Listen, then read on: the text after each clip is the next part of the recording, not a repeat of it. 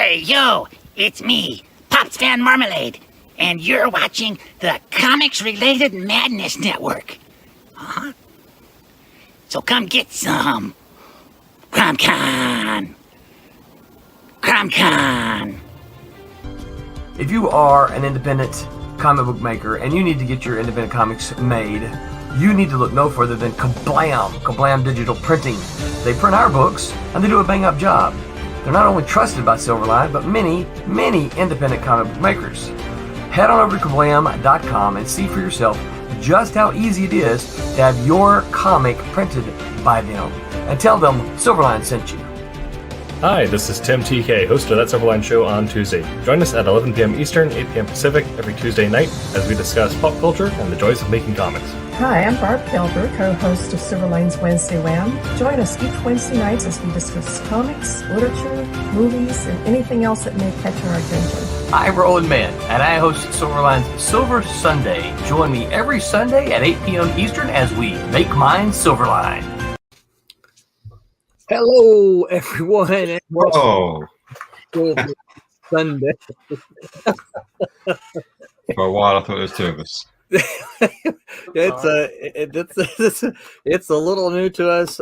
We have changed once again, and we're going to now try this StreamYard thing. So I've been kind of playing with it the last little bit, trying to get some nifty things going on. I'll play with the buttons a little bit, kind of see what it does. And whoops, that didn't work. That didn't work either. Okay. So I'll have to figure all this out.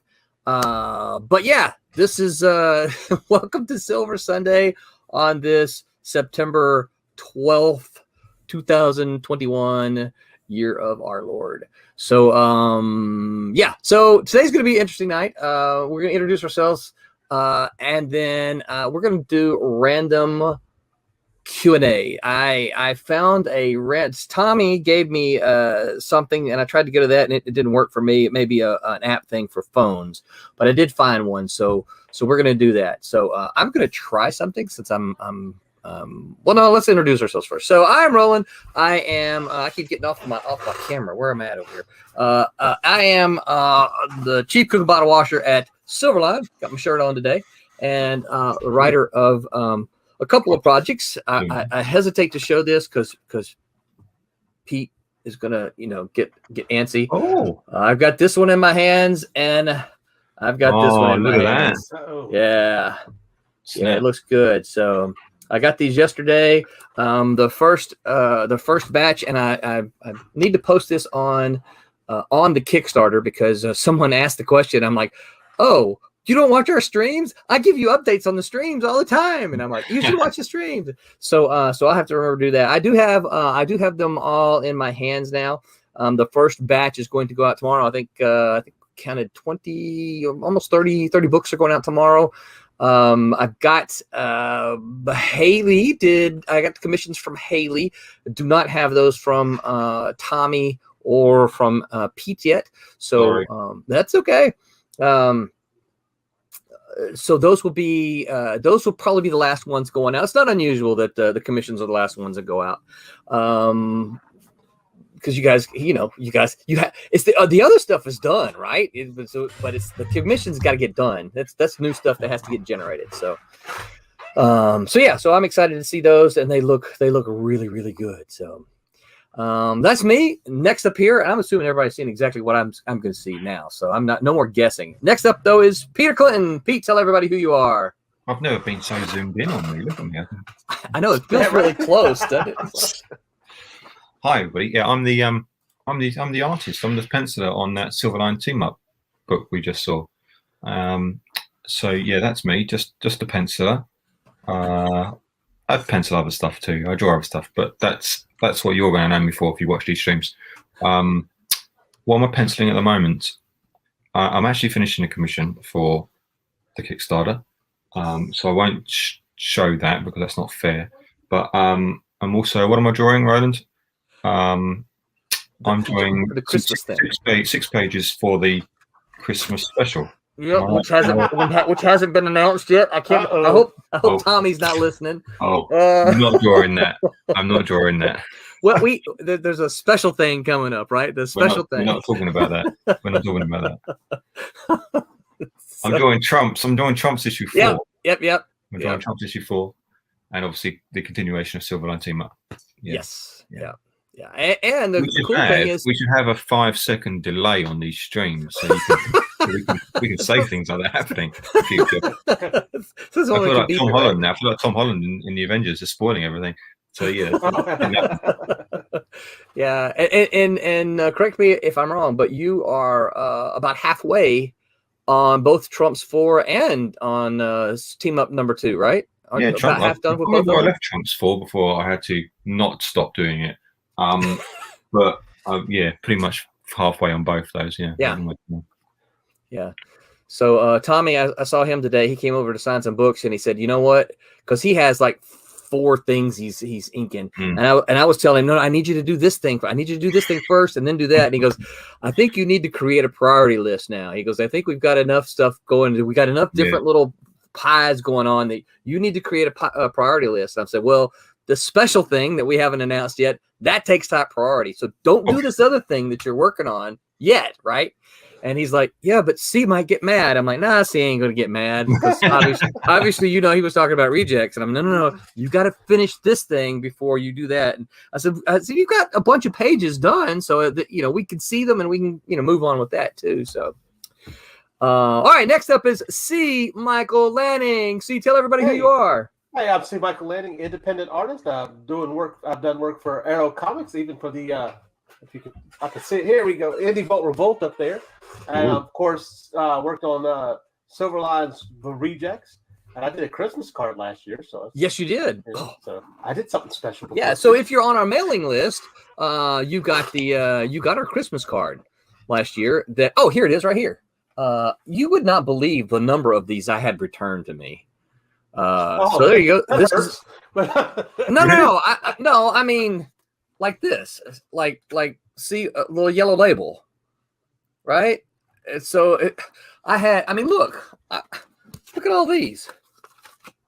Look how many there are here. All these came back to me.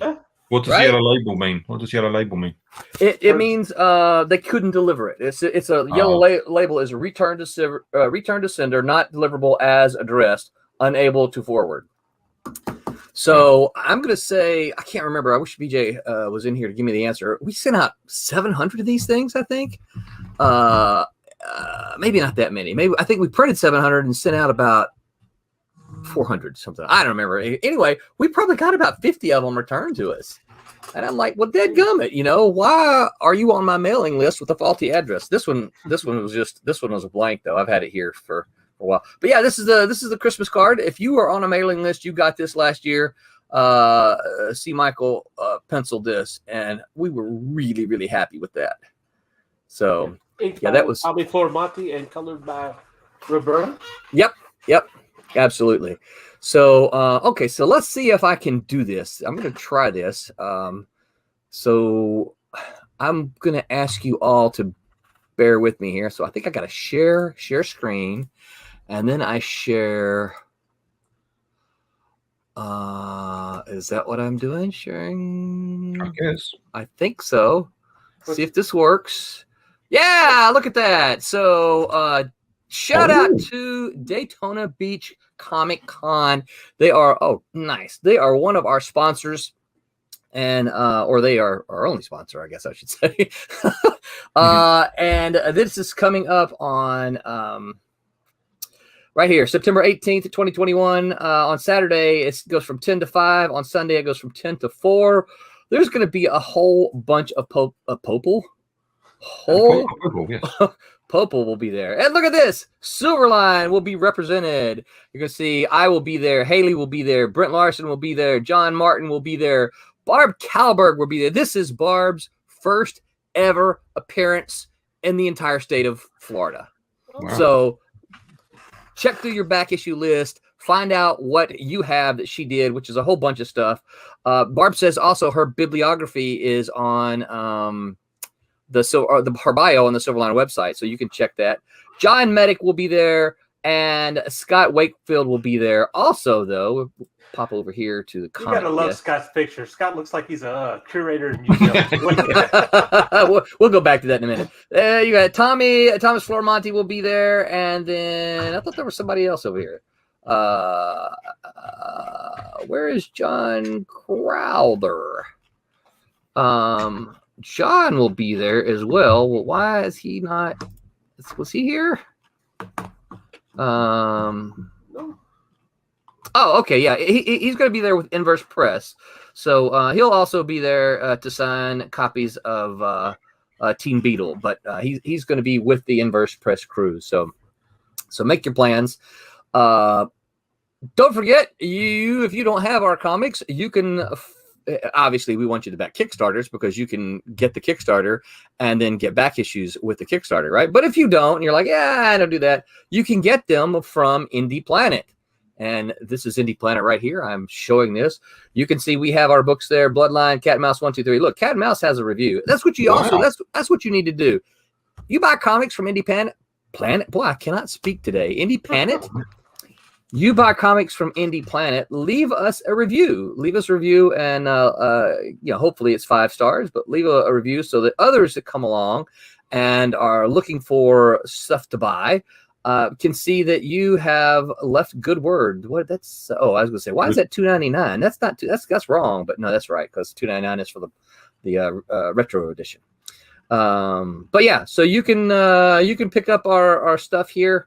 If you don't have it and want to get some back issues. But Kickstarter. We are on the Kickstarter. We are finishing up Kalis. Bunch of you got Kalis 1 and 2, and so now it's done. We are collecting 3 and 4 into a single double-sized issue, and it's going to have this cover on it. See, we got fancy. We have a 3/4. That's not 3/4. It's 3 and 4, right? I get 3/4 of the book. That's how we're giving you. Give me a 3/4 here. So this is the special Kickstarter exclusive double-sized issue. But you can also get the trade. Which was done by Pete. I remember doing that. That's right. The trade was done by Pete, and I did get this cover. Oh, and this cover too. I need to update this. So this cover has been colored. Yeah, I've seen the colors for that one. Yes, that's right. In our private group chat, you've seen it. And then this one has been inked and colored also. So I've got to get those updated for all of you who are considering backing. So you can get the trade if you want to get the trade. You're like, I didn't get 1 and 2. It's fine. Just pick up the trade. Or you can also you can get issues. You can get the collected volume 3 and 4. To get so if you got 1 and 2, then you'll have 1, 2, 3, and 4, right? Or you can get the individual issues, or you can get them all. So we are already at our funding goal on Kickstarter. So thank you so much for everyone that helped get us there. This is the first time we are ever running a I don't know what you call it. Indiegogo. Yeah, but I was trying to dual campaigns, right? On Indiegogo. First time we've ever been on Indiegogo, and we're not quite halfway to the goal. We wanted to set it kind of low because we're like, we don't know, the people on Indiegogo don't know us. They don't know anything about the Silverline. They don't know that we have run 11 Kickstarters and fulfilled them all on time. They don't know that yet, and I know a lot of them have been burned with not getting their Kickstarters. I'm sorry, they're Indiegogos and stuff like that. So we set it kind of low, hoping that we could make on Kickstarter and then combine the two. So we're hoping you guys now on Indiegogo, it's a little simpler. You can get the graphic novel, which is the featured one, right? Or you can get the complete miniseries, or you can get both of them. You can get because some people say, "Hey, I don't just want the graphic novel. I want the floppies too." So you can get just the graphic novel, you can get just the miniseries, or you can get both of them. So as you can see, we've got 3 people who've claimed the graphic novel. I kind of like the way you can see that, right? I guess you can see that on Indie Planet. I mean, on Kickstarter. Someone else may have to talk to Donnie. So anyway, there's that. We hope that you will consider. I don't want to leave. How do I do this? Stop screen. There we go. So we hope that you'll consider checking those out and backing if you can. If you can't, at least share it around to folks that you know who like comics. Let me see here. Look at this. All right, so here's something new that I can do. Phil Leon says, "Sup, Silverline peeps? What's up, Phil? Wow. And what you guys? Do you know Phil? Oh, just when did we learn to do all this? Yeah, That's I a know, right? StreamYard It's pretty. This is StreamYard thing. This is You the can whole. actually see in your right hand side, Pete. You can actually see the comments coming up as they come up. So you guys Oh can see my them too? God. Yeah. Oh, I didn't know that. Nice. That's pretty cool. Yeah. So for those of you who know Phil, some exciting stuff about him. Phil has colored White Devil #1 that we will be kickstarting in November. We get 2 R.A. Jones books coming up in November. White Devil #1 along with Twilight Grim #3. So Phil is a talented fella. Oh my goodness! Then Michael McElroy says, "I'm holding Timus hostage, printing at the office. Sorry, he can't come and play." No, you can keep it. Yeah, so we're gonna have words, Mr. McElroy. I understand that he is also trying to prep for Daytona Beach Comic Con. So, Oven says hello, Silverline family. What's up, Oven? You guys, Oven rocks.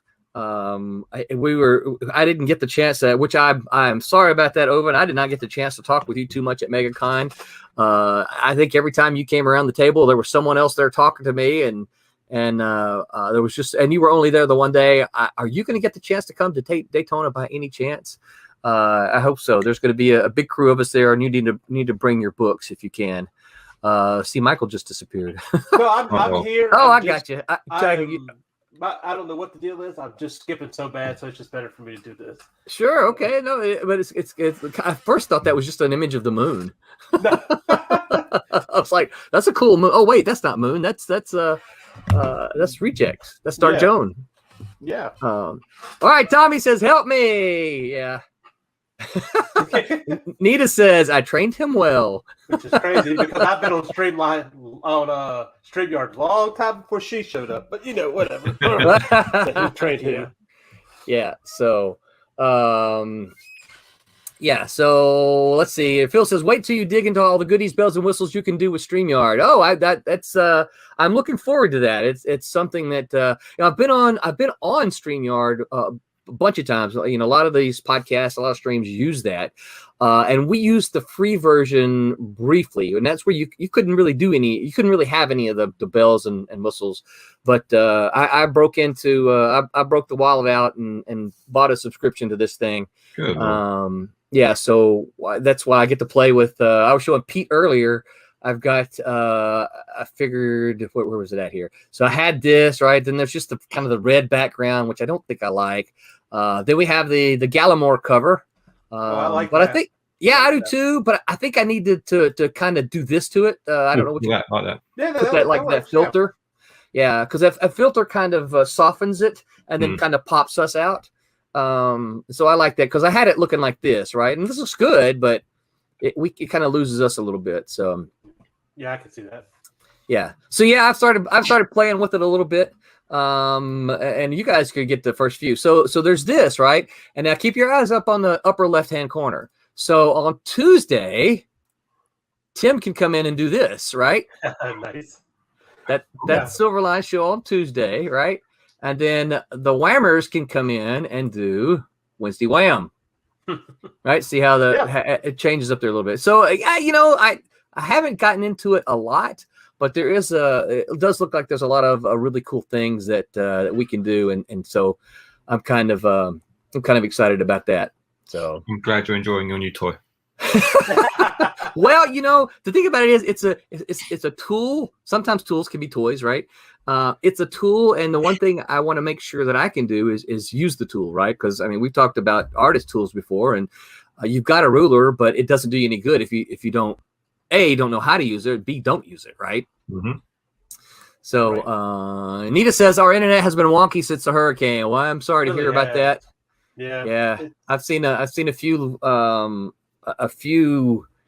videos from down around the area, and boy, there's a lot of people hurting. Like I think you told me in a message, C, that you guys were pretty lucky. So We don't. We're Baton Rouge. Like you hear about Katrina a lot, but Katrina didn't affect Baton Rouge as much as say New Orleans and those areas down there. But this one really gave us a punch. So. Yeah, they're pretty. My wife's family is all from Biloxi, Pascagoula area, so they were hit with Katrina pretty hard. But I think Katrina. Everybody was saying Katrina had the same path as Katrina, but I think Katrina was actually more east of you. Yeah, I would think. Yeah, so. Really. Open says, I understand. I didn't want to crowd your table at a big show. I'm trying to do Kissimmee fandom, but that might not happen because I have COVID. Oh, sorry to hear you have COVID. Yeah, I was talking to somebody the other day, and I'm like, we the more of us that get it, the closer we are to actual real herd. What is it? The herd immunity. So hopefully, Oven, it does not affect you. Hopefully, to be kind of like you, because I had it as well. And hopefully it'll be kind of like it was for me. I was down kind of a day and a half. I had the one day that was the worst for me, and I really just slept all that day. And then the 2 days on either side of that, I was up and about and was just kind of blah, right. And then I just kind of mostly felt tired. So hopefully you're able to recover quickly. And I guess if you have it, they're not going to let you out of the house for Daytona, which is a big bummer, dude, because there's going to be 9 folks there, and let's see, Scott, Barb, John, and those are our out of towners coming. Scott, Barb, John. I think that's it. So that's the out of towners. I don't know if you heard me say it at the beginning. It's Barb's first ever appearance in the state of Florida, so that's kind of exciting. So what else is going on, guys? Anything? Well, no. No, I've got. I can't do Daytona because I don't live in your country. Yes. I do have my first convention in 2 years. I don't know. Wow. I think the last convention I did was that the one in New Jersey? Was New York Comic Con. New York Comic Con. Wow. In 2000 no, it can't have been 2019. Probably. Yeah. I mean, you look at 2020, it was shut down. Yeah, maybe it was. So this is your first show in almost 2 years, huh? Yeah. Wow. It's a new show, so I don't know if it's what it's going to be like, and you don't know if people are going to turn up because if they're still worried or not, or if they are going to turn up because they haven't done a convention in 2 years. I'll tell you, my experience has kind of been people are anxious. They were at least down in Florida, which Florida man, and we can say all kind of jokes about Florida, but they were anxious to get out and they weren't afraid to spend money. That was kind of nice. Most of them masked up.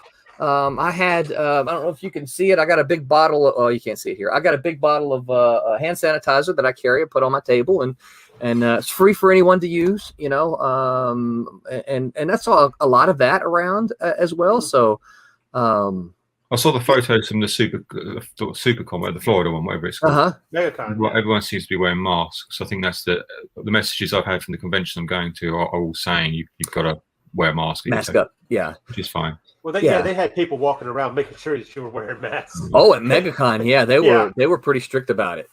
Yeah, and I know Daytona will probably be that way as well.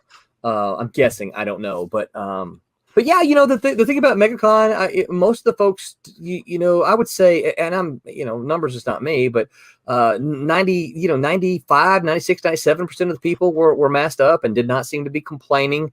I saw 1 or 2 come by and then someone said something to them and they grumbled a little bit. But we're talking a great big convention, and 1 or 2, I think those are pretty good numbers, So I think all this was about Oven getting COVID, which I'm really sorry to hear, yes. Oven. Hopefully you'll heal up quickly. because we need you to read some comics and let us know what you think, man. Yeah. Stephen Brown said, made it just in time. Glad to hear it, Stephen. We are so excited that you're with us again. And then he says, did you get my email? I did. I just have not had a chance to look at it yet. Not true.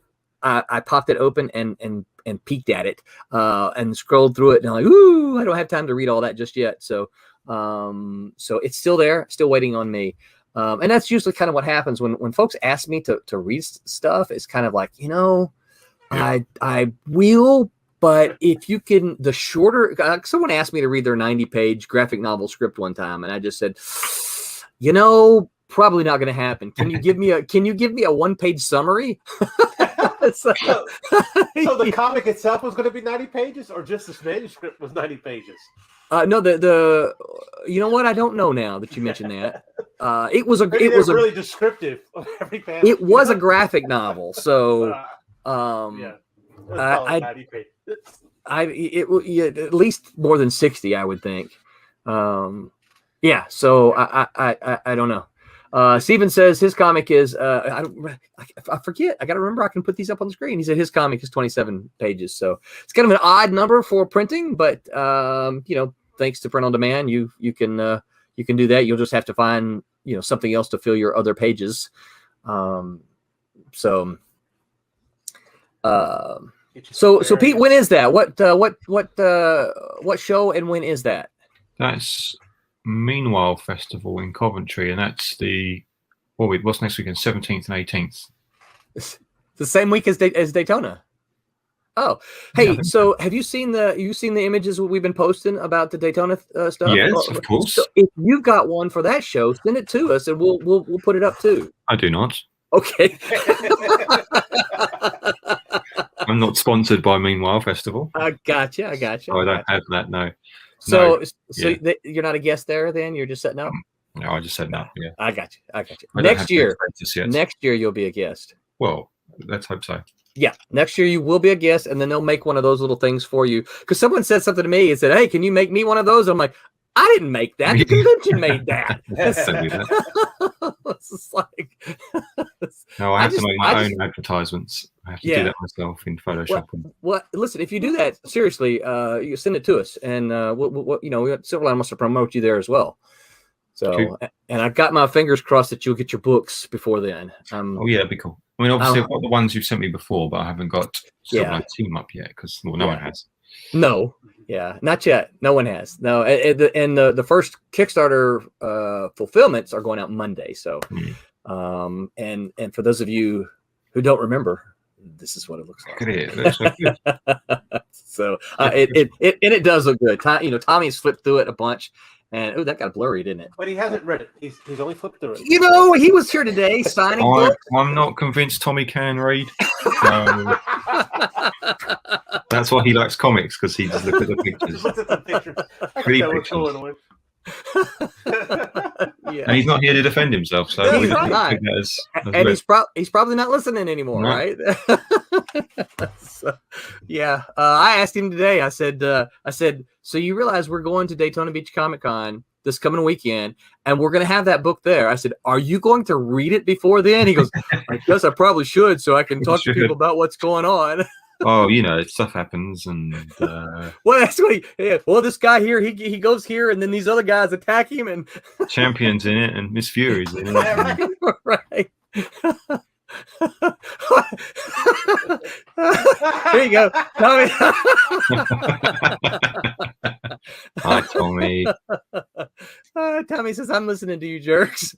Michael McElroy says, I may have to agree with you about Thomas. Oh, no, he better not. He's with Thomas, so. He is, yeah. And if you've ever met Tommy's a pretty sizable dude, so you don't want to make him upset. So yeah, Stephen Brown said 27 pages. He was trying to find a stopping point. So here's the thing. Here's the teacher coming in at me, right? So here's the thing you got to do with comics. You got to realize that comic writing is different from television writing or prose writing when you could just kind of write, Prose writing is obviously you just write until you're done. I mean, sometimes you have word counts depending on magazines and things like that, but you just write. You can't do that in comics because you're dictated by the page, and so you have got to determine, okay, here's how many pages I'm going to print. And you can price that all out. You know, you can go to some place like Kablam and say, okay, well, I can print 24 pages, or I can print 24, 26, and 20. I guess it's 28 is next, 28 pages. Then I can print 32 pages. And so you got to decide how many you're going to have. And then you've got to make sure your story fits. Sometimes that means you got to cut some stuff. And as the writer, that's on you. You got to get in there and do that. I think there's a saying in writing called, what is it? Kill your darlings? Yeah, kill your darlings. Absolutely. Yeah. So, yeah. And then he says, when you get it, you got to let it go. That's it. Well, and that's the thing. You know, this is one of the things about comics that's a little bit different, is that we're dictated by the page, not by time. You know, film, television is dictated by time. How many minutes do you have? We are okay. You guys got to see. Here's Tommy's. Y'all just wait. I'm about to join in. Not if we don't let you. Joining in a good mood. He goes from angry faces to happy faces there. So, yeah. So yeah, that's the one thing that you know. I talked with a guy today. I'm not sure when he's going to release it. Wes at is it Thinking Critically or Critical Thinking? I have to look real quick to figure that out. But that's one of the things we talked about is storytelling, and a comic storytelling specifically, and how you've got the decompressed storytelling, and there's so much, so many writers today take forever to make something happen. And you can sit down, you know, if you read a comic book in 5 minutes, I contend that you've wasted your money and it's the writer's fault. Now, the art might still look really nice, right? But if you can finish a comic book in 5 minutes, you're being gypped out of story. So I'm shaking my head, you can't even see it. But yeah. I mean, there has to be a balance of both in there, honestly, so that you feel like you're getting your money's worth. This is how it is. I've had comics to where most of the page is just action, and then you have 2 or 3 pages of dialogue. You're just kind of like, what? What is this? I spent $5 on 2 minutes. Right? Yeah. Yeah. So let me see if I can. Let's see. I'm going to word this in just such a way that you guys can figure it out. If I can finish your comic in one sitting, there's not enough story there. Now, I was very clear to enunciate sitting. Sure. But go with me, right? Right.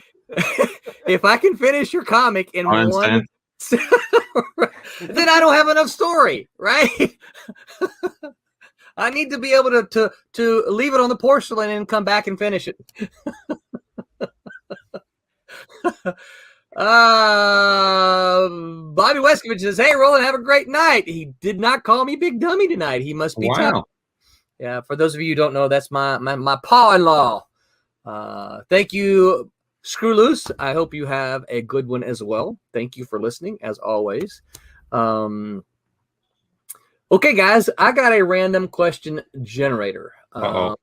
Yeah, so I don't know. Well, I guess I'd have to share the screen to get it.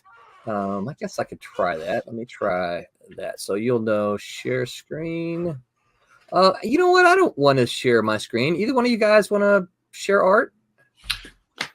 Oh, that's right. You're doing the commission.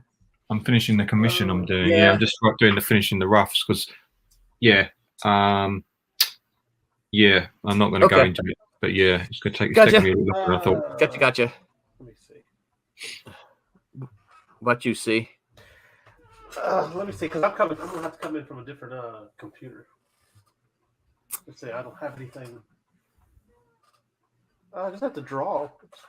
Stuff. Well, I don't want to interrupt your flow. Oh no, I'm not. You could work on layouts for cover for number 2,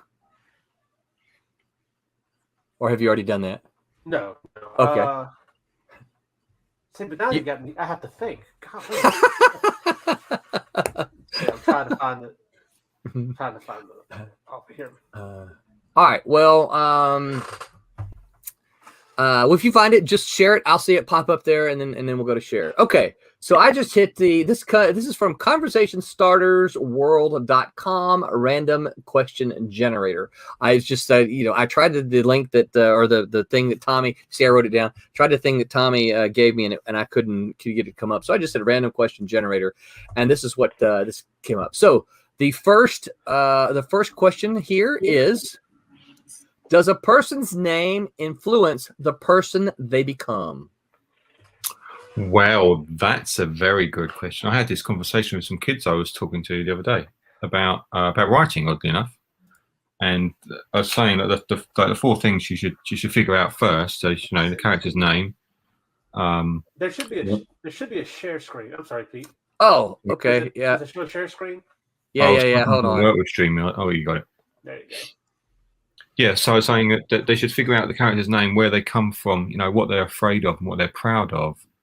And I'm saying that I find names for characters really difficult. And I said to them, do you think it matters what a character? Does it matter what they're called? Because Shakespeare, a rose may have a name. Still right. Doesn't. So he's basically saying it doesn't matter what your name is. But then, it depends. If your character is called Roland the Dragon Slayer, you sort of conjure up an image of, he must be a great warrior or a dragon slayer. He kills things. He's not a farmer. So on the one hand, yeah, but I also think if you're writing a fantasy piece, you can do names like that. Right. But yeah, so it's a little different than Mike the Dragon Slayer, right? Yeah. And nothing against anyone named Mike. He's trying to stretch his screen at the moment. Yeah. Oh, yeah, I can see it. Yeah. Yeah.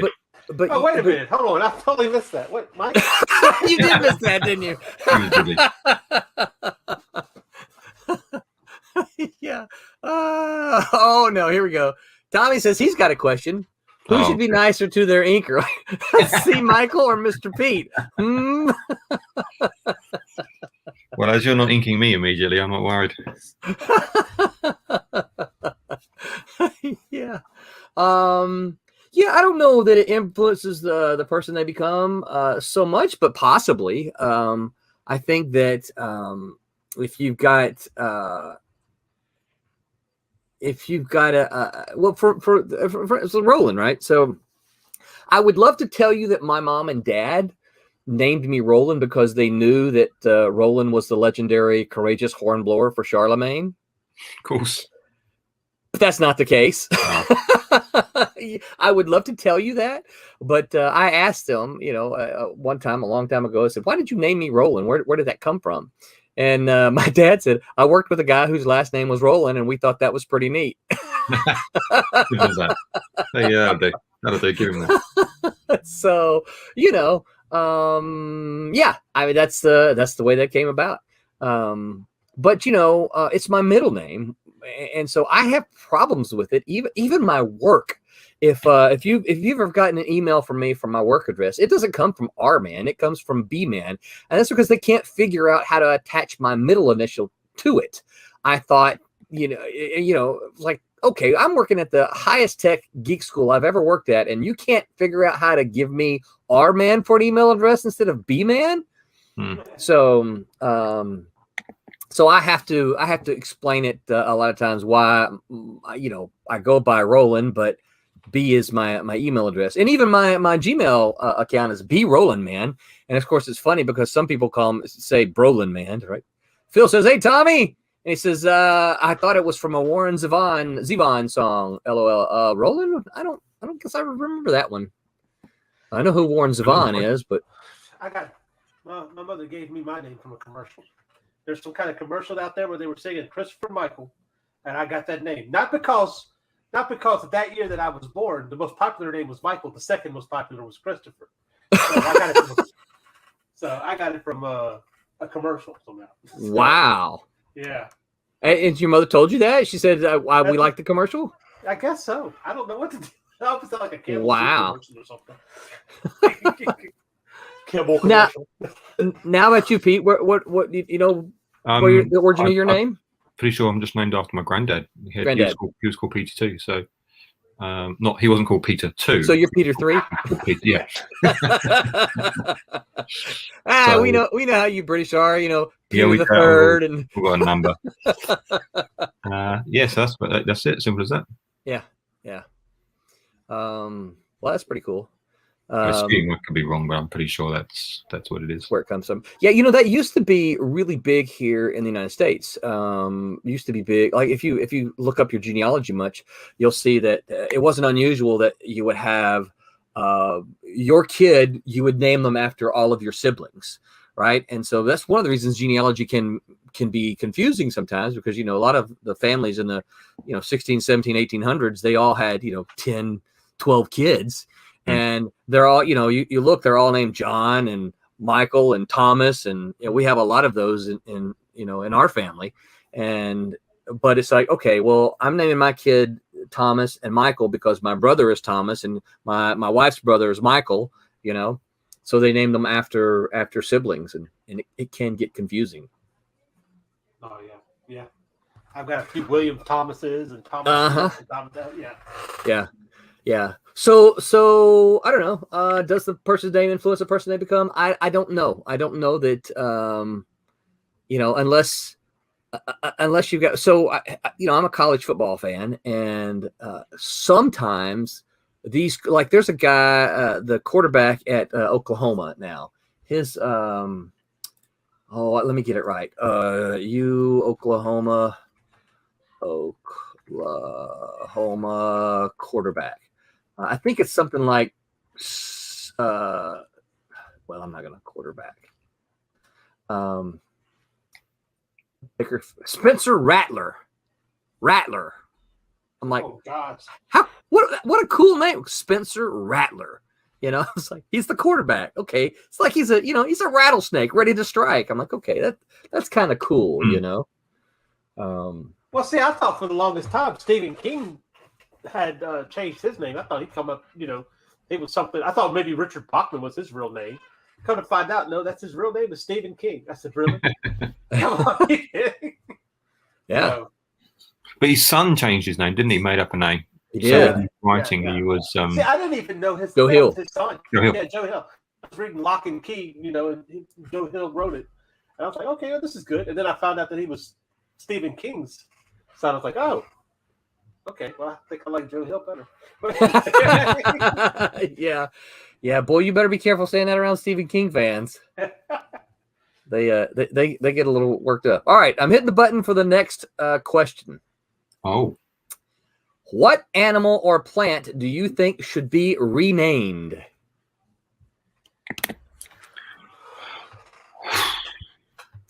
Well, no, I don't really know enough names of animals, and I certainly don't know any names of plants. I don't either. Yeah, right. There's a number of fish that are named. You just feel like the people naming them just thought, well, how stupid can we make this name? Let's see what we can get away with. Well, I think there's some things that makes, like seaweed, right? Okay, that makes sense. You look at that and that looks like a weed in the sea. I'm gonna Google this just fun because I read some the other day and I don't remember them. I'm telling you, and yeah, I could any other time I could think of something. Oh man. Yeah. I don't know. Let's see. I got two. See my CS art. Oh yeah, the other one's going to be my avatar thing. Okay, gotcha. Because it's coming from no. I actually I have an additional one. There's three. I got three from you. So yeah, you have my share screen, the one I'm talking through now, and then the other one is because. Oh, I got you. I see what you're doing. I'm Never mind. through a different computer. I got you. I got you. There is. I just sorry. Just that. I think it's a fish. It's called the sarcastic fringe head.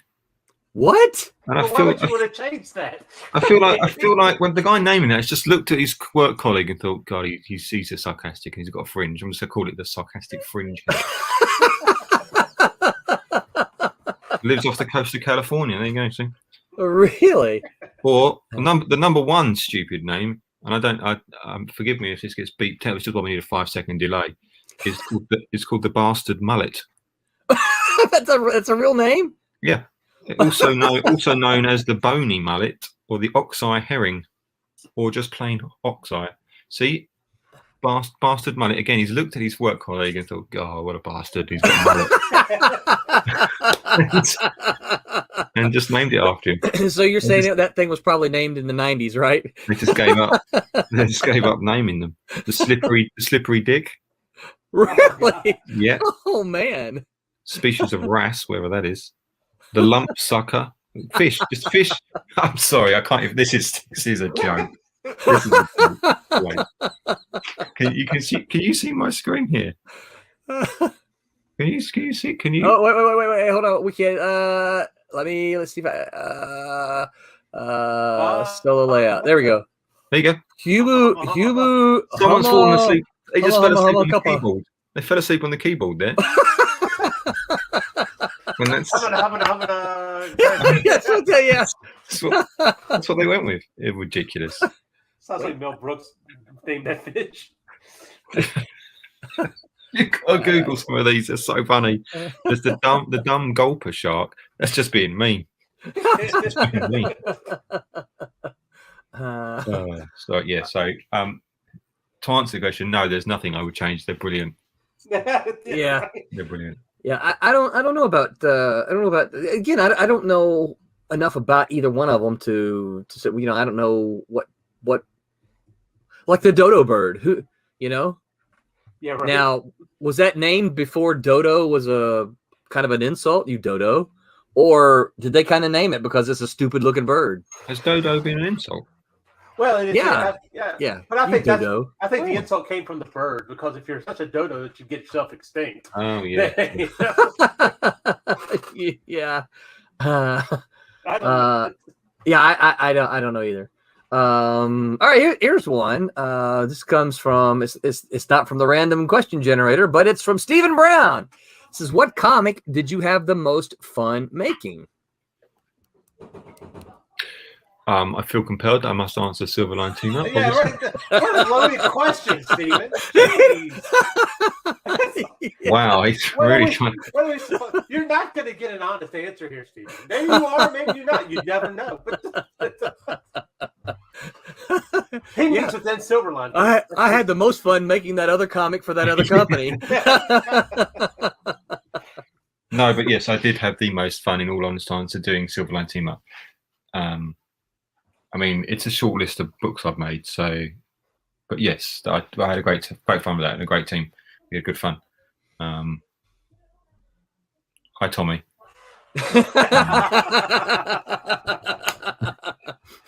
Yeah, no, we had good fun doing that. We got 3 issues to go, so yeah, we're having good time. Happy to do that. See, you want to shot at that one? I enjoyed the rejects. The rejects was very fun, but because this is, we got to really kind of create the characters and we went along for this one. The other books I've done are pretty much characters already created. So you know, we with the Hot Flash coming up, and you know, Dire Mouse. I got a lot of feedback from that on one of the Facebook sites the other day. I posted up the original character design for Dire Mouse, and somebody really enjoyed that. Oh, nice. If you enjoyed that, go check out this page. Yeah. I mean that was a lot of fun. You know, I've told you this before, and I don't remember if I've said it live, but I know I've told you this before. Is that you know, and of course, everything in me wants to pat my own back here, but you were doing a story before this, right? And you had done 7, 8, 9 pages. I think I got up to about 11. 11 pages. God, yes. I'm sorry. So, and please don't mishear what I'm saying, right? But the pages were looking good, but it's almost like you had to get something out of your system with those pages. And then when you started the rejects, I was just like, holy crap. What, you know, because there wasn't really a whole lot of time between the two. I mean, it was, there was a little bit of time as you did the character designs, you know, right. But there wasn't really a huge gap in time between the end of the one and the beginning of the rejects. But really, dude, it was just, for me looking at the art, I'm just like, wow, it was just this huge leap. And, it's almost like you just said, this is a big juicy steak and I'm going to dive in because it's, you know what I'm saying? Well, yeah. Well, the other one story. How can I put it? Because I don't want to sound insulting. No. I know. Let's don't name the story, right? But it was more of a mystery type story. Yeah. Than opposed to a fighting story. And either way is fine, honestly. But yeah, this one was a little bit more loose in what I could do with it. So yeah. Yeah, well, and when you say loose too, what I feel compelled to add is that when possible, one of the ways that I personally like to write is the Marvel method. I'm a big fan of that, mostly because I believe in the artist. I believe that the artist is going to, on 99% of the time, the artist is going to have a much better visual eye than I could ever describe. Now, I've been making comics a long time, so I don't feel like I suck at it, right? But I just think that if I can just tell you, hey, here's what's going on, you can make that look far better than I ever could by saying, panel 1, this happens. Panel 2, this happens, right? Because I feel a little bit, and you guys don't have to confirm, but I feel a little bit, that's a little bit constricting because you're having to put it in the panels that I envision rather than tell the story visually with the action that's there. Does that make sense? Yeah. Oh yeah, absolutely. As long as you can convey in your script the emotion of what's going on at the time, right? So that we can convey that artistically. Yeah, that's great. Yeah. There was one scene that I ended up laying out for that other book. And he got the layouts for it. He's like, "Oh, I can't believe you were able to lay out that scene." I was like, I really thought we were going to have to change that scene. I'm thinking to myself, I spent all night trying to figure out that scene. You mean to tell me we could change it? It was a hard scene to do. So. Yeah. Michael McElroy says, hey, I got my copy of the Kickstarter today. Special delivery from Thomas. It looks really good. You all did an amazing job. So I am so glad to hear you say that, Michael. Now, are you going to have it read by Daytona Beach Comic Con so you can tell me if you like the story too? Just have Tommy tell you what it's about. Get the Tommy notes. Get Tommy to read it to you. Yeah. He loves doing that. All right, next question. This could be interesting. Michael said, hold on, I skipped one. He says, I just look at the pictures. No! That's fine with me. Well, I know that he backed it because he's a Tommy buddy, so I get it. I understand. So the next question says, what would be some of the downsides of certain superpowers?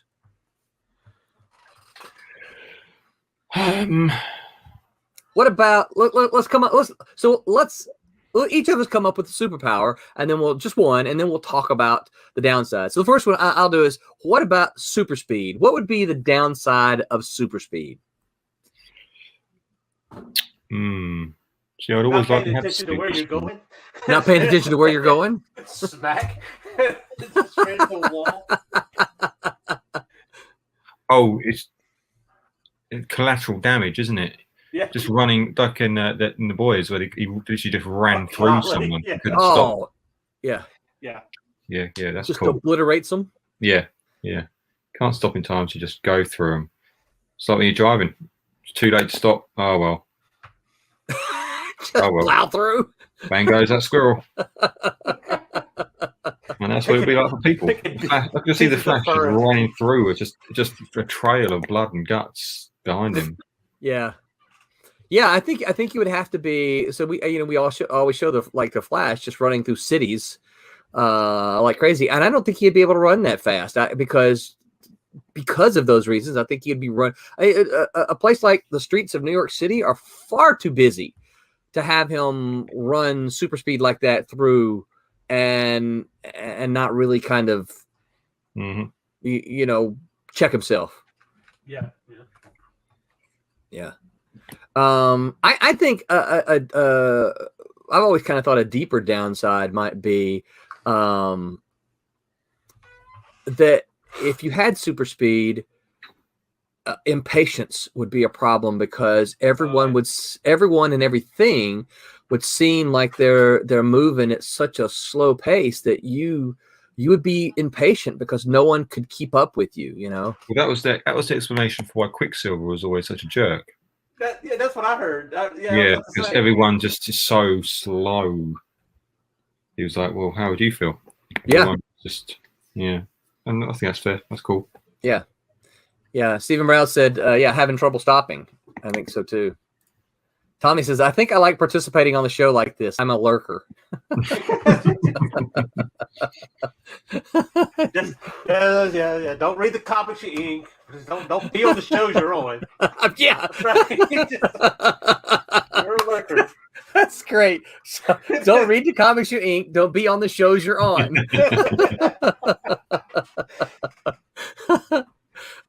Stevens Brown said, on my next comic, I'm going to try to condense issue 2 down to at least 22 pages. Yeah, I think that's a good idea. I think 22 is a good page number. I think comic book readers are absolutely okay with that.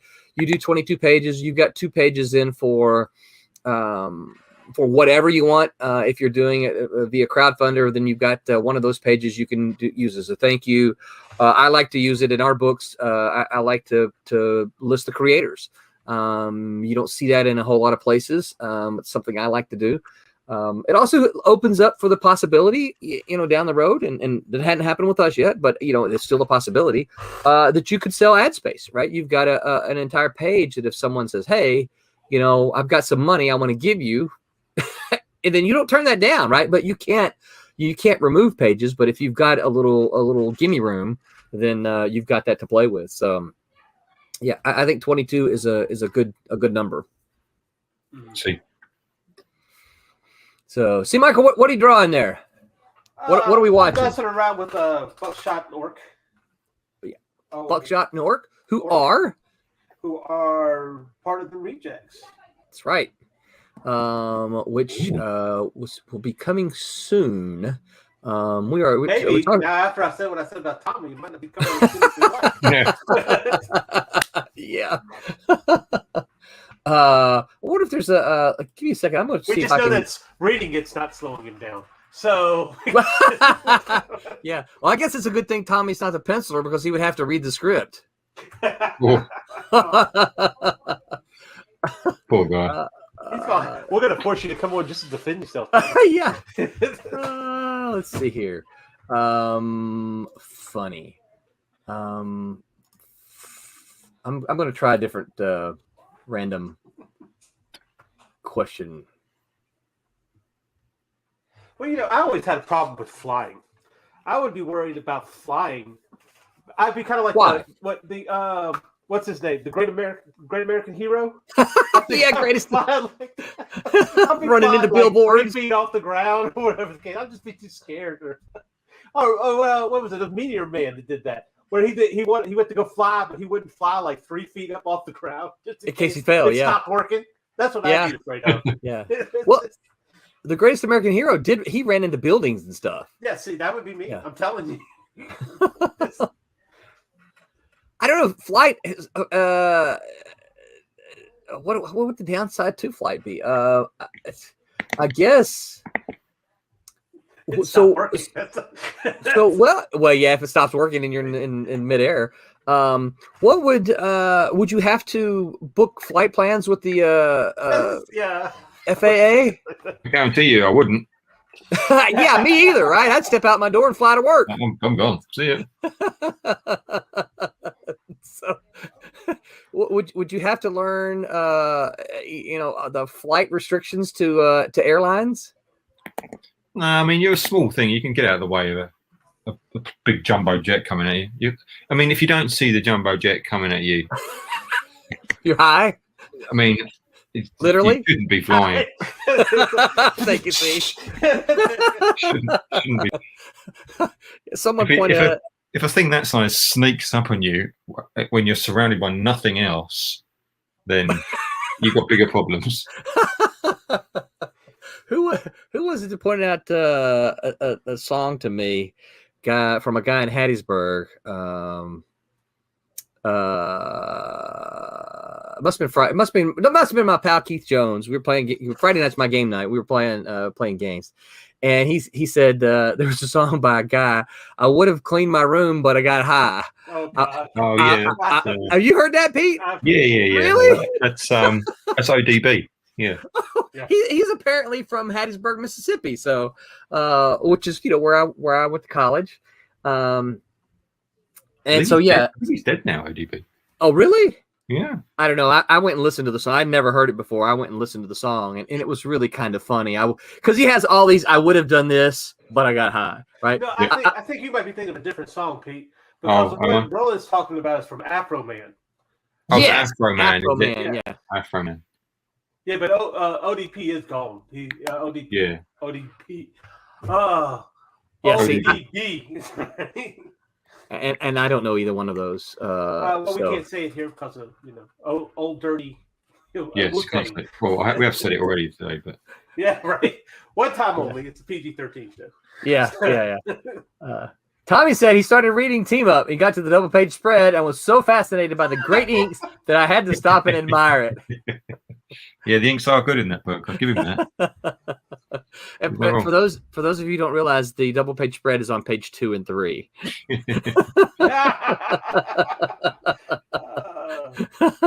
Phil Leon says yes, it's Afro Man. Yeah, Afro Man. Yeah. I had never heard of it before, but I was playing games. A friend of mine sent me the link, and I went and it is funny. It's just he was going to do this, but he got high. He was going to do this, but he got, and that was kind of where I was going. If you don't notice an airplane coming, you're probably you're probably high in more ways than one, right? What about you, Pete? You got a power? About invisibility. There's all manner of things that can go wrong with that, I think. That one worries me too.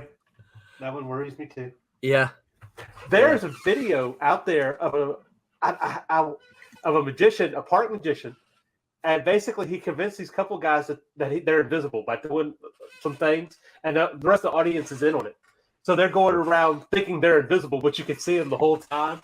You just kind of see what they get into. Like somebody's like, "Oh, the wine's moving by itself," and the guy's like trying to put it back in the basket and everything. One guy's sneaking around trying to see what he can get away with. The other guy's like freaked out. "You can't see me. Tell me you can see me." His hand in front of me. Well, I think it'd be, if you were in the audience, so it would be hard not to make eye contact with somebody if they got close to you. Yeah. It would be hard to be in on it. If they're distance away, it'd be easy. But if they got up close to you, and waving their hands in front of your face, you got flinching and all kinds of stuff, and I think that'd be tough to maintain. Like I said, I'm not positive if it's real. Yeah. But I do. Everybody in the audience was acting, so maybe they kind of trained for it. Yeah. Yeah, I think what was it, some of the I don't know. It's you think about invisibility. There's so many things you could do. Well, no one can see you, which is obviously great, but not when you're crossing the road. Yeah. Trying to dodge traffic everywhere you go, and it's another one of those powers you can't be complacent with. Or you become the invisible splat. Basically, and then you're just an invisible corpse. So people just keep driving over you. Oh, what happened, honey? Oh, I don't know. I felt like we ran over a cat, but I don't see anything. Eventually, they don't know why, but they eventually put a bump sign up. Yeah. So we don't know what's causing the bump, but there's a bump here, so be careful. So, did you guys ever see Invisiworld? the comic book. Oh no, yeah, no, I think I know of it. I've not read it. I've seen it. No. Oh my gosh, it's from the 1980s by a guy named Gary Denier, and it is so it's about an invisible world. Everything is invisible, right? Everything.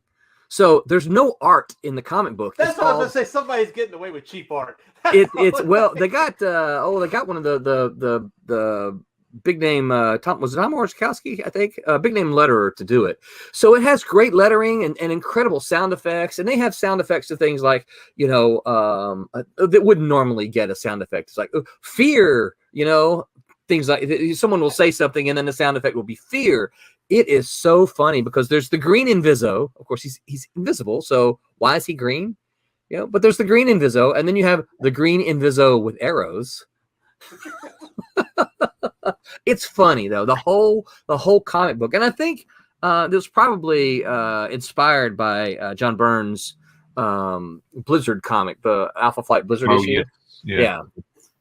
If I don't know that for sure, but if I were to guess, I would think that.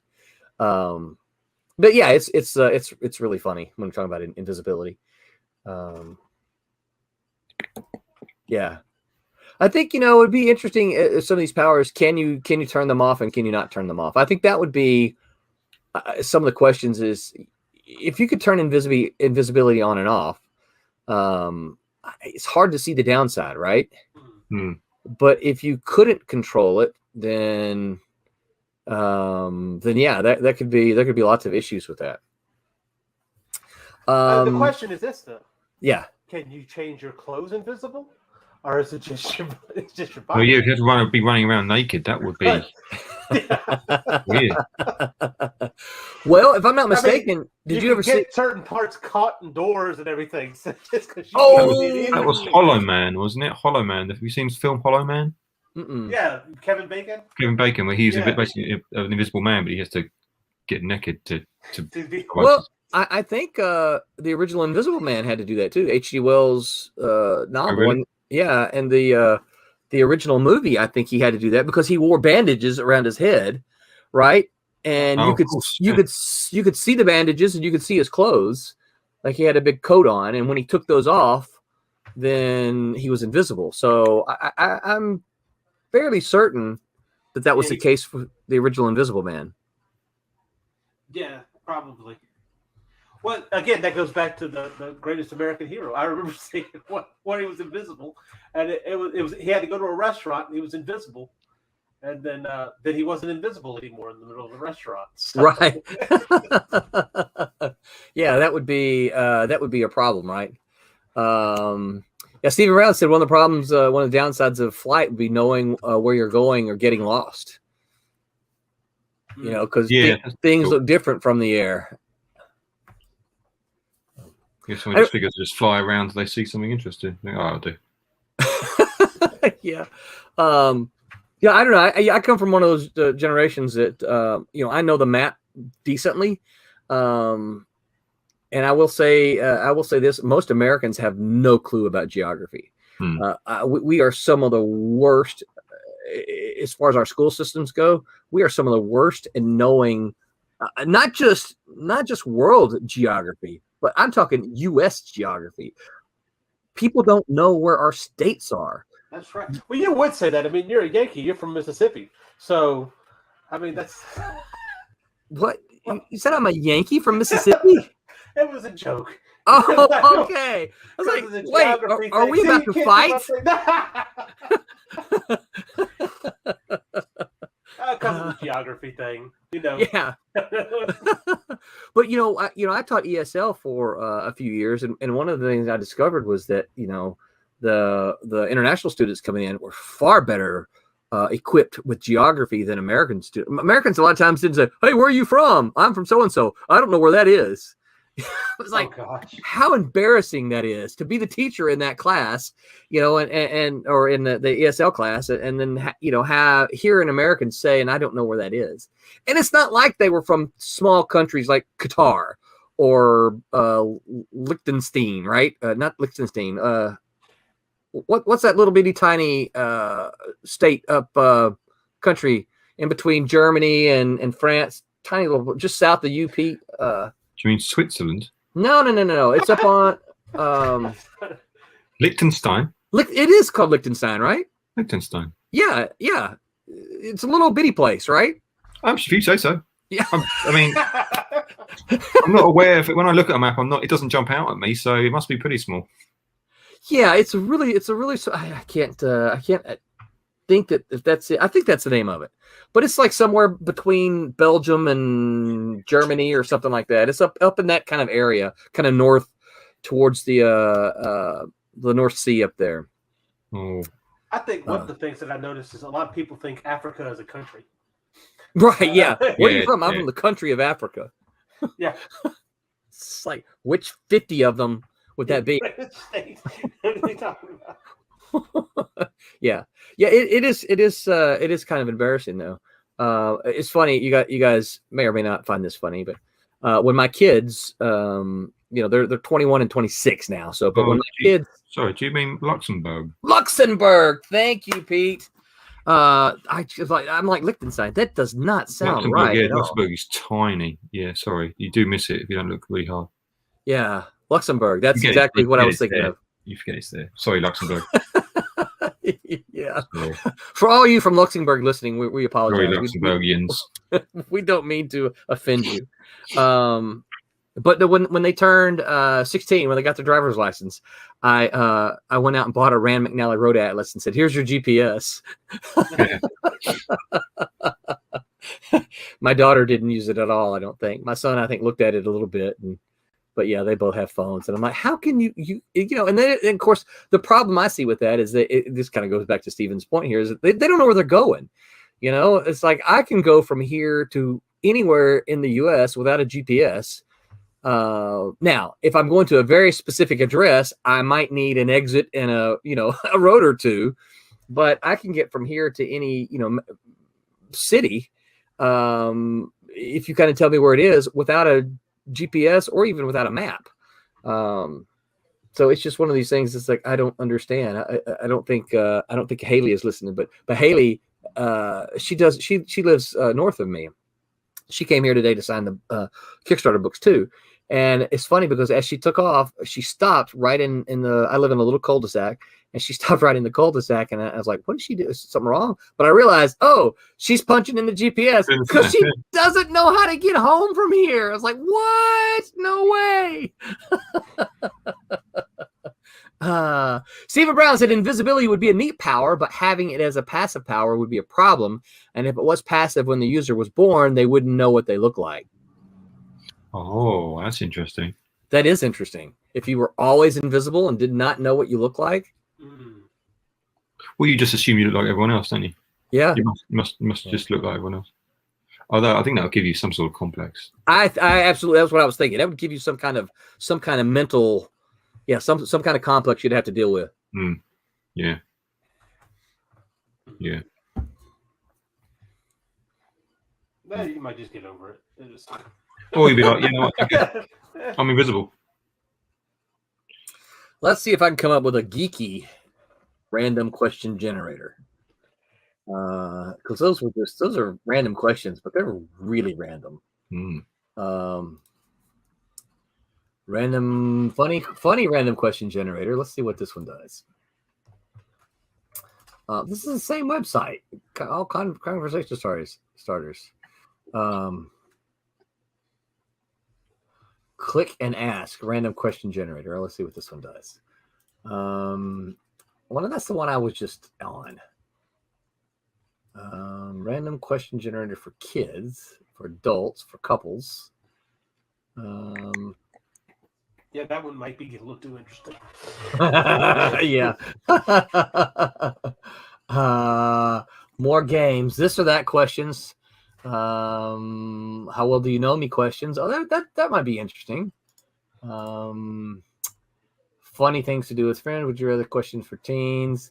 Stephen Brown says, it would be an absence of identity. Tommy says, maybe ghosts are just invisible people. Never mind. I want to say something about Barry right there, but I'm not going to.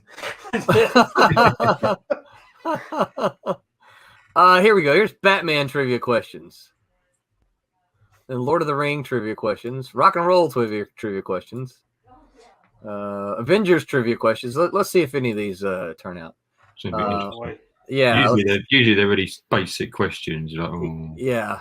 Like, who's the leader of the Avengers that carries a shield? And then they're all just film related anyway. So you're like, oh, Yeah.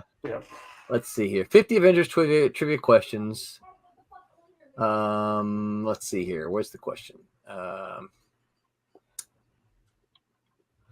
How many rings? This is a good one. How many rings does Captain America's shield have? Oh. you artists need to know that when you got to draw it, right? Oh no! Look what Pete's doing. He's got 2 red ones and a white one, and he's got blue in the middle. I wouldn't have known that had my cap not been there. Yeah. I'm afraid I'm ashamed to admit. Would you have known Every that? time I draw it, He's got every time I draw, 13 I'm like, what the stripes. hell does it look like? 13. That's the flag. Oh well. That was a good guess. What side of? Hey, at least I know that. So You do know that one. Yeah, that's right. Yeah, I wouldn't have guessed the shield thing. I would have had to if I were talking about it, I would have had to Google it and no, every time I draw it, I have to Google it and have it there. Yeah. Stephen Brown says 3, and then he goes 4, and then 3. It's 3 and 1 in the middle. So I mean, yeah, 4. So so you say it had a blue stripe too? No, well, hang on, let me. So it's like red, white, red, isn't it? So you got red, white, red. Yeah. Yeah. I assume this is, red, I white, assume red. this is accurate. It's made by Marvel, so I assume it must be. Captain America's shield. See what comes up for me. Yeah, red, white, red. Yeah. So yeah, 3. That's the correct answer. What side? Okay, here's a good one. Nick Fury. What side of his face is the eye patch on? Which one are we talking about? Okay. Nick Fury. I'm going to go left. I'm going to go right. I'm going to go right. The answer says right side. I was thinking of his life model decoy in that one issue where that one issue where he was able to tell it wasn't really Nick because the eye patch was on the wrong side. Right. Absolutely. That is such a geeky answer. Yeah. I don't know this one. What planet was the Soul Stone hidden on in the movie Infinity War? Vormir. See, Michael? I concur. Okay. I would not have known that. Vormir is exactly right. Good job, guys. I'm just Yeah, going enough with time, what you said. It sounded good. Oh, see, now this is the kind you always get. Okay. What is the real name of the Incredible Hulk? Well, I'm going to say Bruce Banner. Yes. Is it? Yeah. Okay. I was going to say Yeah. Robert Bruce Banner. Oh, it's not David? No. It's not Bill Bixby? What was his name in the original? Was it David in the original In the series, yeah. with Lou Ferrigno? Yes. They Is call that him because they David thought Banner Bruce wasn't a masculine enough? pretty much. That's how I understood it. I thought it was because they didn't like the double consonant names. You know, Bruce Banner, Peter Oh, Parker. right. Maybe Yeah, so. maybe. That's why I thought it was. Now I don't say that with any kind of authority at all. Well, but that does make more sense because you would think that they would go with Bruce considering how popular Batman was just before that. So That's right. you think it would be, okay, they would use Bruce because that'd be easy for people to remember. But I heard the same reason Peter did, so I don't know. I don't know the real answer. Excuse me, behind that. So, here's another easy one. How many Infinity Stones are there? 6. I concur. Same as well. 6. Yeah, 6 is the answer. I have to look at my hand in. How many knuckles do I have?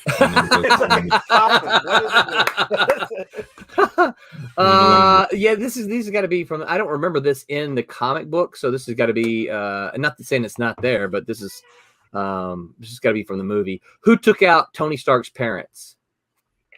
Oh, that's the Winter Soldier. Yes. It's the Winter I agree. A Winter Soldier is the answer. Stephen Brown says yes, 6. What's Phil his says parent- what's his Stan parent? and his alliterations. Hey, look, you're right, but here's the thing: we remember their names. We remember Peter Parker. We remember Lois Lane. You know, that Oh, yeah, Stan didn't do Lois Lane, but Well, yeah, but look, he didn't create in a vacuum. That's I'm sure. Names Right. like that is what Clark Kent. You know, Yes, even though it's a C and a K, but it's you know. Yep. So and they're created so that they'll be memorable.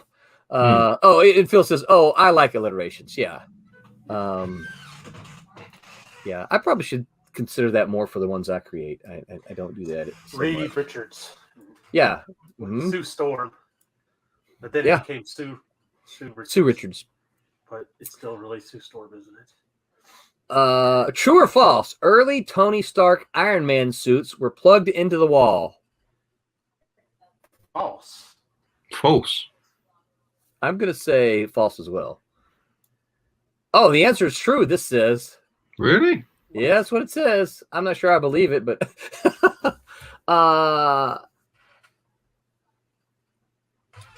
he can't have been plugged into the wall and gone anywhere. Maybe if it's just when he was creating them.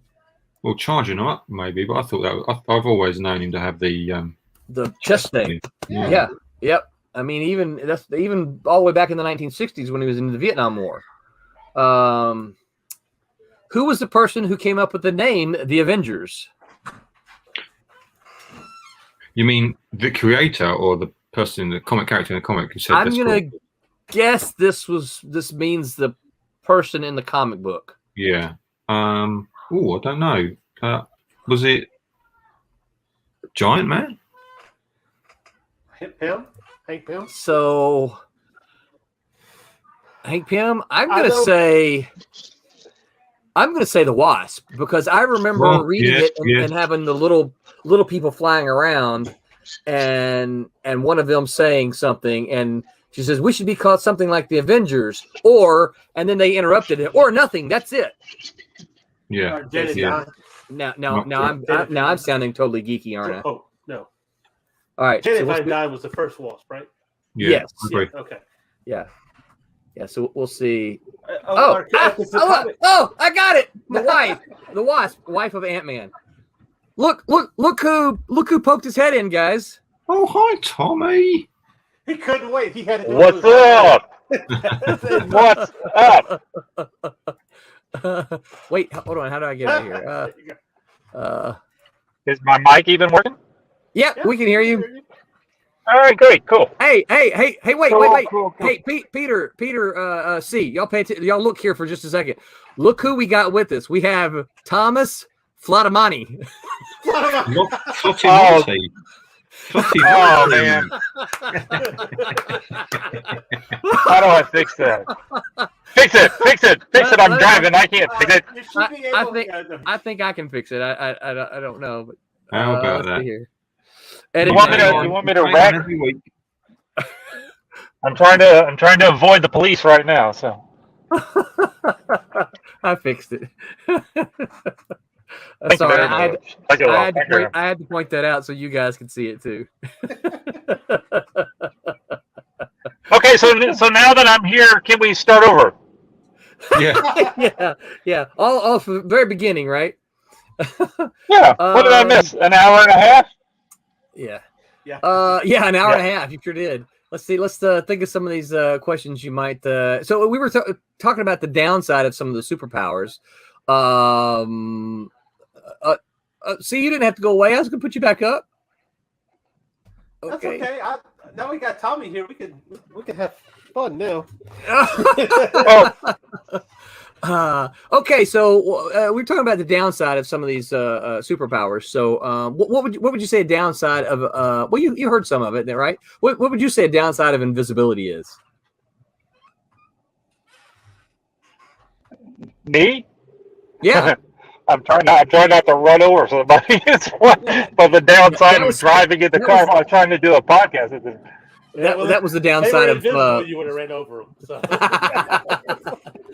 Yeah, and if you were the downside of invisibility. Well, okay. Well, there's a couple of. I don't know if you guys went over it or not. So, can you turn it on and off, or you're just invisible? Period. Well, that's up to you, really. Yeah, yeah.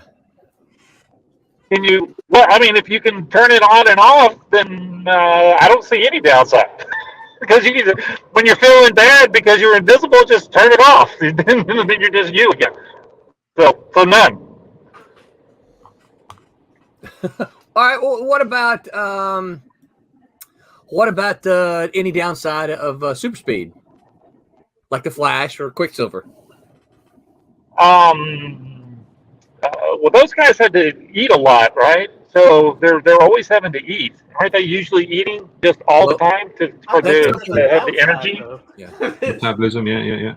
Oh, that's true. You never get fat, and you can eat whatever you want. But those guys can turn it off. They're not actually running, full speed all the time. So I'm going to say none. There you go. Okay. You can turn it off. So far it's now okay. So now, like, you go like the downside towards the Thing. Okay, so he's always a big rock guy.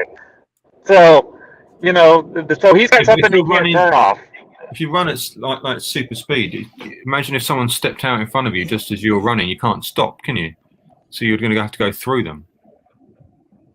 Like as you're driving, Tommy, if a deer ran out in front of you, you wouldn't be able to stop. That's right. You couldn't stop. Yeah.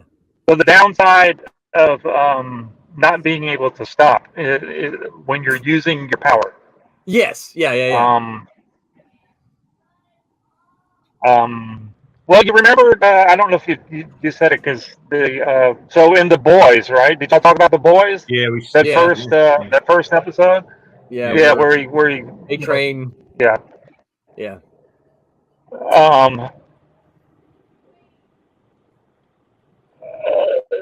Yeah, I guess that would be good.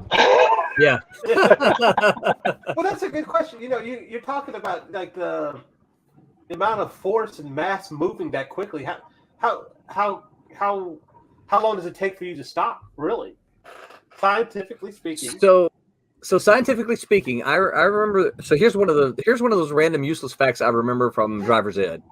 For every 10 miles an hour that you're going, it takes you 1 car length to stop.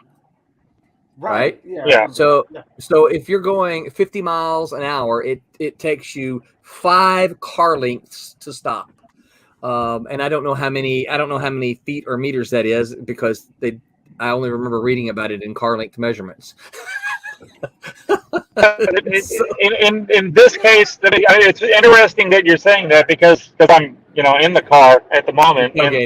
And you're exactly right. That's what I remember is every one of these white lines in the Thing is supposed to be a car length. And so between you and the person in front of you, whatever speed you're going, that's how many of those spaces you're supposed to be between the person in front of you, or between you and the person in front of you. So if you're going 60, like I'm going now, not 80, then you need to be at least 6 of those spaces to be able to stop in time. If they land on their brakes, or if they not here in Orlando anyway. No. Everybody's tailgating in Orlando trying to race all the time apparently. Trying to get to Disney World. Yeah, but the Flash and stuff. If they did run into somebody, because like the Flash is supposed to have like a force field kind of thing. Isn't that how they explain it? So. Like if he ran into somebody, wouldn't he just get destroyed just as quickly as the person that he ran into? If he accidentally ran, I'm guessing when he's doing his superpower punches and stuff, he could like pull his punch, right? But if he accidentally ran into somebody running at supersonic speed, wouldn't he destroy himself just as much as he's destroying the person he ran into? I would say no. And here's the reason, because I recall on more than one occasion, Superman sticks his arm out to stop the Flash, and the Flash runs into it, and that's how Superman stops him. Right? Just pow, he runs into it. But see, that means that the Flash would have to have like a superpower durability of some sort, yes. right? Yes, you would have to cave it, right? Cave his chest in. Yeah. Superman stopped me, but he crushed my lungs. Yeah, right. My rib cage. Yeah, so I would say yes. Flash has to have some kind of super durability, and think of times where he's slipped on oil and smashed into a building or something. Mm-hmm. Yeah. Yeah. Stephen Brown says, when I create my characters and give them powers, I would think about how they would react to them and how would they use them. Yeah. Yeah. I mean, that's good. I mean, Yeah. Yeah. Yeah. I think. I mean, if you give a character powers, that's kind of part and parcel who they are. Yeah. So that has to be a consideration for the character.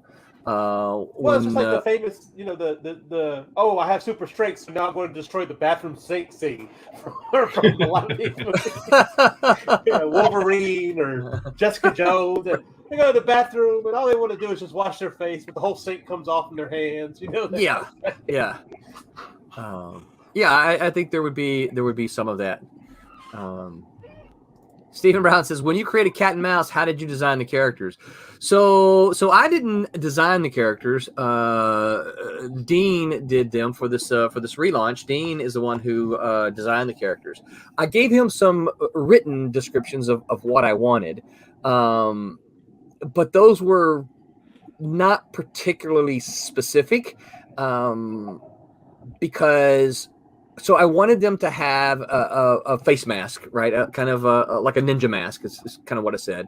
But everything else, I told him, I said, here's the deal. I want them to be, because cat and mouse are street level guys, and I said I want them to wear stuff that they could find at the Army surplus store or the sporting goods store. I want them to be able to.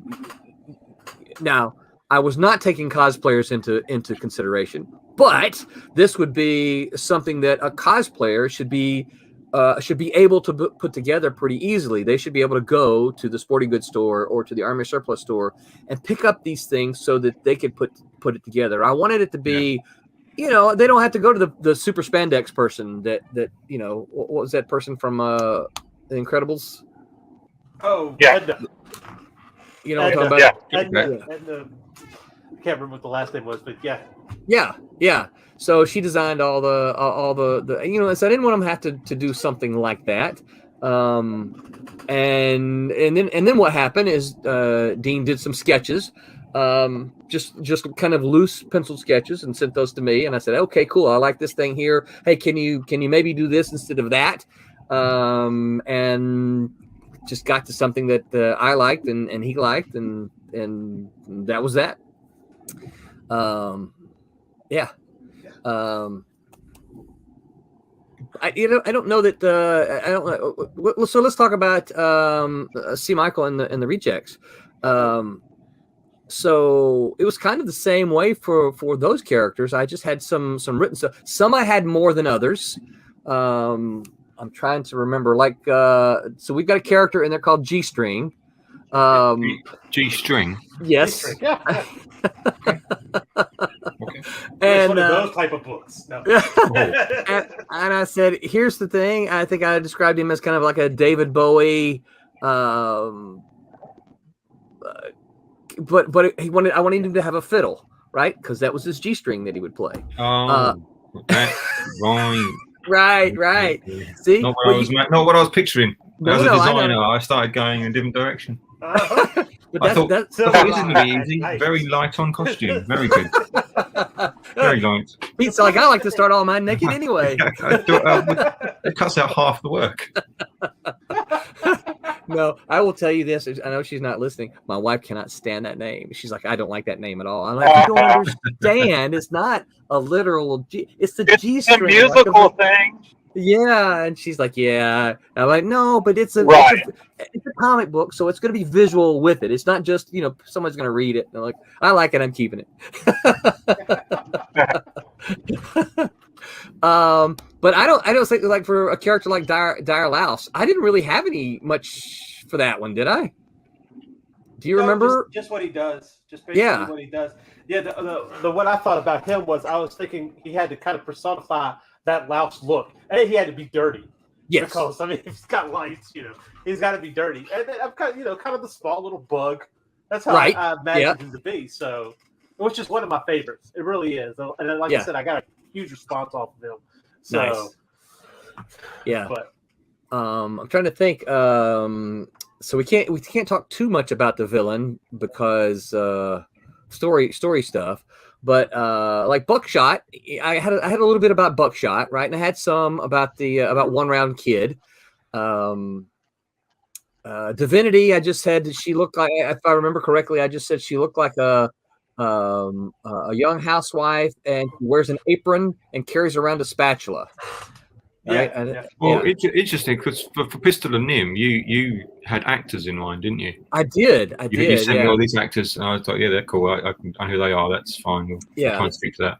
Yeah, and because so it's the guys from Ocean's 11, right? The two brothers. Yeah. And I'm like, oh, I really like the interaction between these two brothers, and I can actually see that with Pistol and Nim. So I'm like, hey, you know what? Let's just kind of go with that. With Chris Penn and who was it? Chris Penn and the other Affleck, Casey Affleck. Right? Casey Affleck. Casey Affleck and the other guy. Yeah. Yeah. No, it wasn't Chris Penn. Is that what you said? Chris Penn. No, it was his dad was in Godfather. God, yeah, I'm trying to remember. Oh, I can't remember his name, but I'll find out. Yeah. So all right. Well, that's actually kind of so we're taking a little tangent here. That's actually a good question for you, for you artists. Do you like having an actor associated with? Hey, I'm kind of envisioning like this actor here as this character. Does that help you at all, or no? Well, was it Brian Hitch and whoever, Mark Miller's Ultimates? They cast Nick Fury as I think they cast Samuel L. Jackson as Nick Fury, didn't they? Yeah. And then of course, in the film they went and did the same. So that I'm sure that helped them. I don't think that helped them at all. Actually, I don't think I got anything for that. No. It was Scott Conn. Scott Conn, James Conn's son. Yeah, James Conn, Scott Conn, yeah. But yeah, it helps me when I'm drawing actually, because it just cuts out that. Well, what do they look like? Question. So I've got an idea what they look like straight away in their face. So that's a bonus. Well, that's something I think I didn't really do that too much until I kind of started working with Dean. And Dean was like, "Hey, I envision this actor for this character." I'm like, "Okay, I can see that, right?" Or I envision this actor for this character, and I'm like, "Okay." So I kind of got to thinking, okay, well, maybe this is helping him because he was the one like a young Tom Cruise and a young Jessica Alba for Cat and Mouse, right?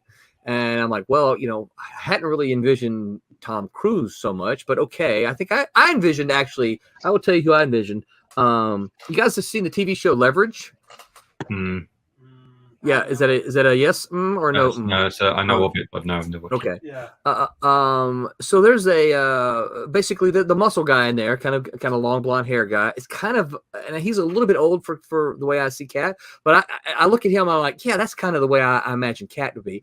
And then the blonde who is the thief in that show is much like I imagine a Mouse, but the problem with her is she's clearly blonde, and Mouse is supposed to be half Latino kind of thing. So, well, and I think that's what the issue comes with that. Yeah, it helps, but as long as you don't have to necessarily model somebody completely on that, because sometimes it's just a persona or the way that somebody carries themselves that helps you to kind of grasp a hold of what the character is, as opposed to what they look like physically speaking. Right. So yeah, I didn't have any actors from mine for rejects. I had that a few years ago.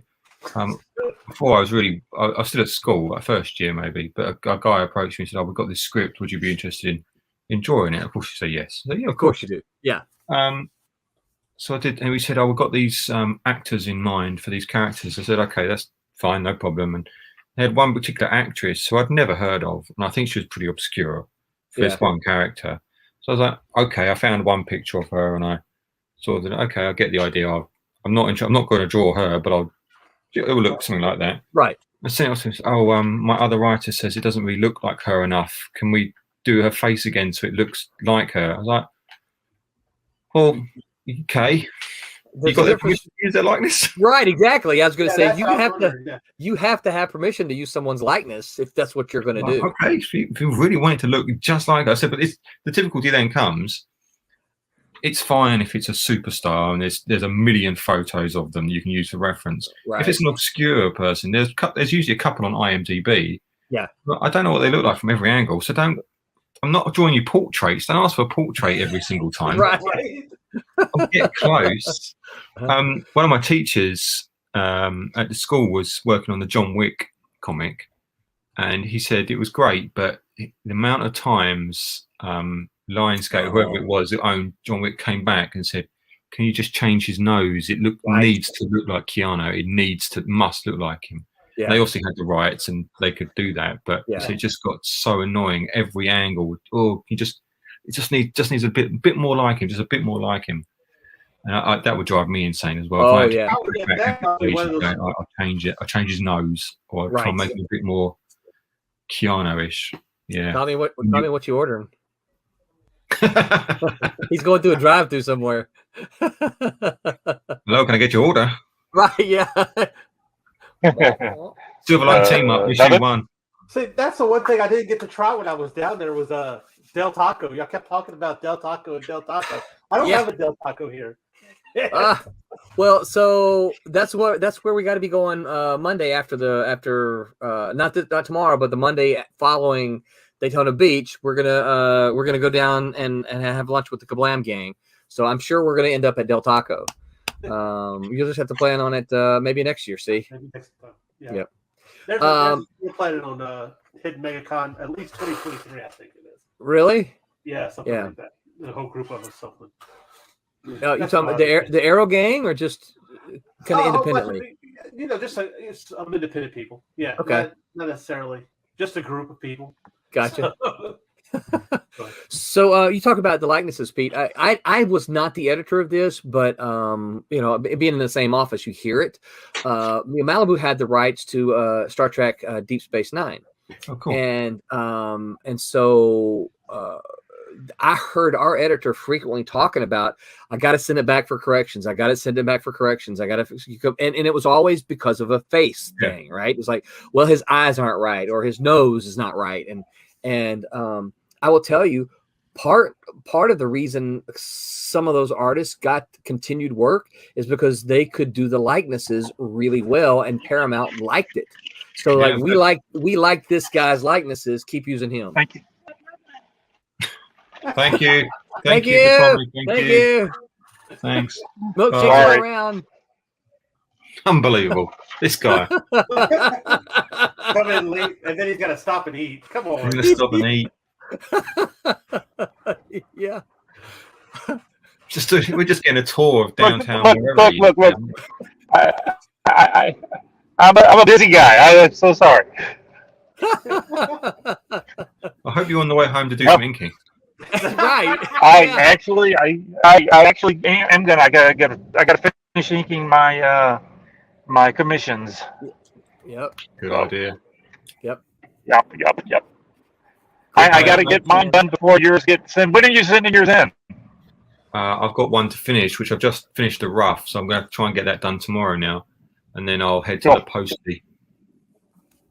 Because I think Ron and I were saying that one of the ones is all three of us had to do something for, so we got to. Yeah. You're not going to send that off until they're all here, I'm guessing.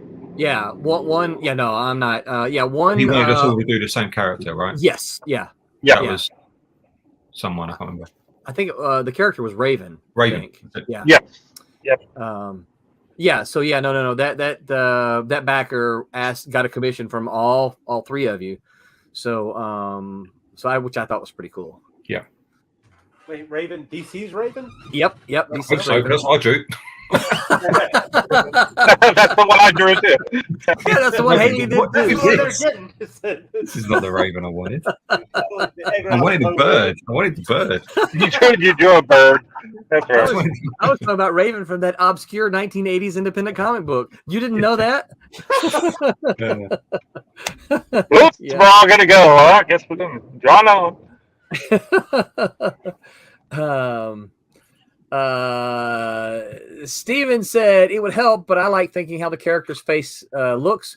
P.S. Leverage is my favorite show. Yeah, that was a good show. I enjoyed that quite a bit. Well, you know, the guy they're doing it, it's out again. You know that, right? In their second version. Same cast? Yeah. Oh. Everybody but was it Timothy? Timothy what Hutton? was his name? Yeah, Timothy I think he's the only one that's not in it. Yeah. Oh, interesting. Well, he wasn't my favorite anyway, so Yeah. he's kind of the boss, but no, I like the I can't remember their names now, but I like the muscle dude and the thief girl. So Yep. yeah, And I like the computer guy. And that was a good show. I like that him a show. lot too. Yeah, he was on I think he was on some other show that BJ and I watched. I can't remember now. Revolution. No, not Revolution. It was about the American Revolution. What the heck was the name of that? Or whatever it was. Yes. Turn. That's what it was. Yeah. So yeah, that was pretty good. All right. So let me see if there's any other interesting random questions that come up here. What band had the hit single "Teen Spirit"? Really? Listen, I just read the first one that's on the Nirvana. Oh, it's Nirvana. It smells like Teen Spirit, right? Yeah. Yeah. Oh, come on. Oh, this is a good one. Amos. Who was the lead singer of the Beatles? Oh. Right. So if you know anything about the Beatles, this is a good question. I want to say John Lennon. No, but you can't. Can you say John Lennon? Was it John or was it Paul? Maybe sometimes. Was there a lead? That's what I said. Was there a lead? Ringo? Well, Was it Ringo? Ringo. Ringo was the actual lead. That's right. Yeah. The rest of them just thought they were. Everybody else shot. That's what it was. George didn't sing that much, did he? I mean, guitar gently weeps. Yeah, I mean, he sang some, but I think it was mostly Paul and John, right? Yeah. Cassisi says, "Hello, all. What's up, Cassisi?" CC. Let's see what this trivia thing says. It says Paul McCartney. Okay. Really? Okay. Huh. Yeah. That was interesting because I'm like, would it be Paul or would it be John? See, these are too easy. Who was the lead guitarist for Led Zeppelin? The ZZ Top guy, the one with the beard. The one with the beard, right? Zoso. Pete, do you know? No, I don't know that. Pete, he's British. He's British. You're supposed to know. Jimmy Page. Oh, Jimmy. I know Jimmy Page. Oh, that's right. I should have known that. Yeah, he's good. Yeah, he's good. Yeah, he's good. He's all right. He's a hack. He's all right. Here we go. Oh, see this. What English rock band brought Hysteria to the United States? Okay, so here's the question. Hysteria is not capitalized, so I'm going to say it's not one but the other. Sure. Because if it was capitalized, it would mean another band. You guys with me at all? Was it the Spice Who Girls? brought Hysteria? Was it the Like, Okay, I want to. brought Hysteria to the United States? the Beatles. See, I guess. That's what I was going to say. Yeah. Beatles. Of course, I was a Who fan, so maybe. Well, I'm going to say the Beatles too because of the Hysteria. However, if it was a capital H, then I would have said Def Leppard because their song is Hysteria, right? Right. Yeah. It does say the Beatles. That's out of my wheelhouse. I don't know too much about Def Leppard. Yeah, Because they were meaning actually being. That's right. That's right in my wheelhouse. Yeah, the drummer had one arm. That's what I remember. But he didn't always have one arm, though. No, he did. But he still. Yeah. Look, he lost that arm, but he came out and he persevered. He did. Yep. He did. He sure did. He had two arms on the first 2 or 3 albums, I think, and then he got in a car accident. Okay, here's a Lord of the Rings trivia question. Yeah. Oh no. Who bought three horses? Three books. Who bought three horses that were used in the films? Oh. Wait, Oh, that main guy. Viggo Mortensen. The main dude. Yeah. Vino, I have no Vimo, idea. whatever that guy's name. Strider. Oh, yeah. How did y'all know that? He struck me as a horsey sort of guy. Yeah. Yeah, no, I remember reading it somewhere. Viggo What's his Mortensen, name? Yeah. Viggo. Yeah. Mortensen. Yeah, he adopted them kind of thing, and I think they gave them to him. This is a loaded question. Who doesn't like the Lord of the Ring trilogies? BJ. This is on this trivia site. So Really? Oh, yeah. I'm I thought you were just Jackson, being right. I thought you were doing a personal question. Oh, was it the Tolkien family? Who doesn't like George Lucas? C.S. Lewis. C.S. Lewis. What? Pete's right. Pete's right. It is Peter Tolkien. Yeah, it was his son. Was it his son or What? grandson? It doesn't say the his exact son's relationship. Christopher. Probably his grandson. Yeah, Yeah, I think but it was does say his Peter grandson. Peter Tolkien. So I did Yeah, I not read know that that. somewhere. Well, he can just give up all that money. I guess he can send it on to me if he doesn't All want right. Last question: who climbed the mountains of New Zealand daily to get on set? What? Viggo Mortensen. Who climbed the mountains of New Zealand daily to get on set? That sounds like a Christopher Lee. it. Bilbo Baggins. Bilbo Baggins. Ian, No? No, Frodo did it. Frodo. He had to I haven't- climb up the thing and throw the ring in and all that kind of stuff. Yeah, If I it's have not no Chris, idea. I would say not Christopher Lee, but it does sound like a very Christopher Lee thing to say, only because of Christopher Lee's age at the time. I'm still going to go Yeah. with Viggo Mortensen because he Who was was- a very spiritual person. Which one is Christopher Lee? Sauron. Sauron. Yeah. Oh, Sauron. all right, I got you. Which one's Christopher Lee? Good lord. Sorry, You never, the Hammer pictures? You never saw any? Oh, the dude, I don't the really know dude that Christopher played. Lee. Supposedly, Christopher Lee was the basis for James Bond, his real life, Oh, is that right? because Really? he was very good friends with Fleming? what's his name? Wrote James Bond, Ian Fleming? Ian Fleming. Ian Fleming, and Christopher Lee was part of a very secretive group during World War II, and went on various missions and things, and did various things. I give you a piece of trivia about that because, and that's why I totally believe that, because when Peter Jackson told Christopher Lee to Yes, scream this like is he's been famous, stabbed yeah. in the back, pretend like he's been stabbed in the back.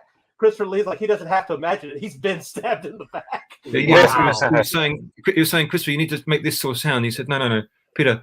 Have you ever been stabbed have you ever stabbed someone? He said, no, I have. It doesn't sound like that. He was the only one that had the blessings of Tolkien to actually make a film version Yeah. of Lord of the Rings. Because was he knew him. supposed to be Because Gandalf. Yeah. he knew him. Yeah. Wow, He was that's supposed pretty to play cool. Gandalf, but I think And I and think he released- Mr. C. Michael went over to that website and he's reading up on some stuff no, on the trivia site. This is something I just know from here. My wife, Christopher Lee also released some like metal rock albums. What? Really? Yeah, Interesting. he did it Wow. all, Christopher Lee. I have He to. was I have a to. real Renaissance man. I have to look that up. Yeah. So the trivia answer says to Who Climbed the Mountains says Sean Bean. Oh, of course it was Okay. Sean Bean. What a guy! Yeah. I Okay. love Sean And Bean. he lived through that one. God, he's such an Englishman. All right. Well, I let's mean, call did he it, have to climb it so he could make it on set because they wouldn't like pay for his shuttle from his hotel into to film and that kind of It stuff? does Is No, that he what- sounds like a very frugal. He seems like a frugal man. He'd be like, no, don't. I'm not going to waste money on that. I'll walk. Yeah, it." right. Yeah, no, I'll just walk. Don't worry about it. I'll walk in. That sounds like everybody at San Diego Comic Con on day one, Yeah. right? No, I'll just walk, and then day two they're like, no, let's take the shuttle. Yeah, the shuttle. Yeah. All right. Well, let's call that quits. Those were all just questions from these random generators here. So, Those are kinda fun. We may have to do that some more. That was kind of fun. All right. So you guys don't forget that we've got an Indiegogo and a Kickstarter going on. Both of them are the same things. If you haven't had the links have been running along the bottom here. If you haven't had a chance to check it out yet, please check it out. Give it a look. I will say this: if you have no preference to the platform, Kickstarter or Indiegogo, and you're not looking for original art or the exclusives, consider backing the Indiegogo. We've made goal on Kickstarter.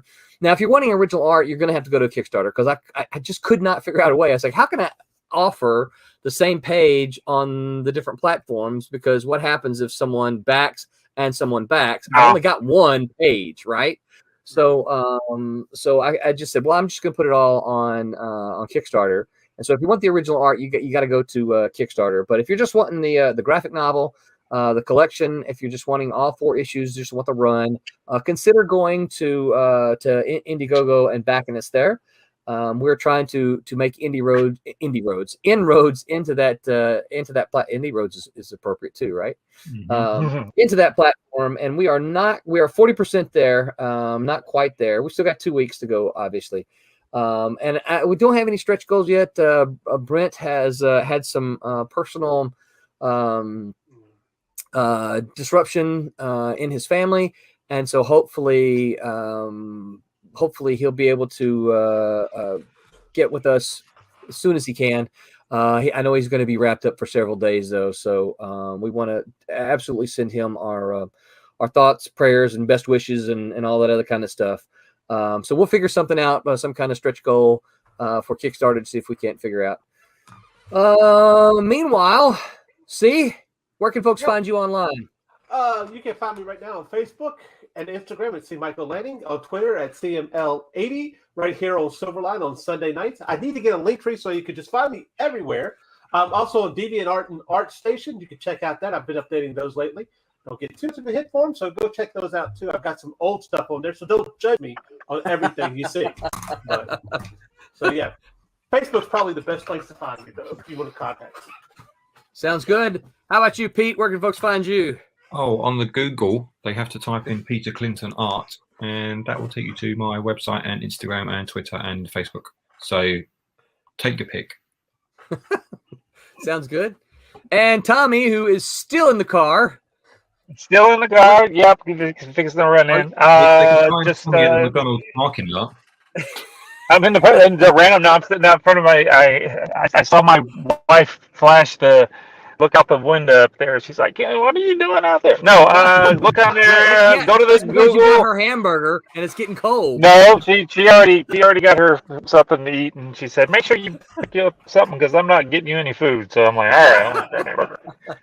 But no, go on to Google and type in Thomas Flormonte, FLOR. Well, if you spell it right, unlike I did when I jumped in here. So it's FLORIMONTE,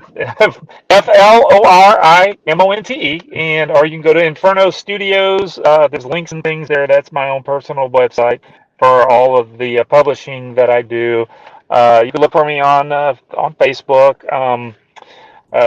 Mostly I play on Facebook. I don't really get on the other ones all that much, but I do drop in from time to time, and on the what's that Insta thing? The kids call it the Insta. Oh, the is TikTok? it the Insta? The gram. No, the tickety TikTok. Is that what that one's called? Yep, the TikTok.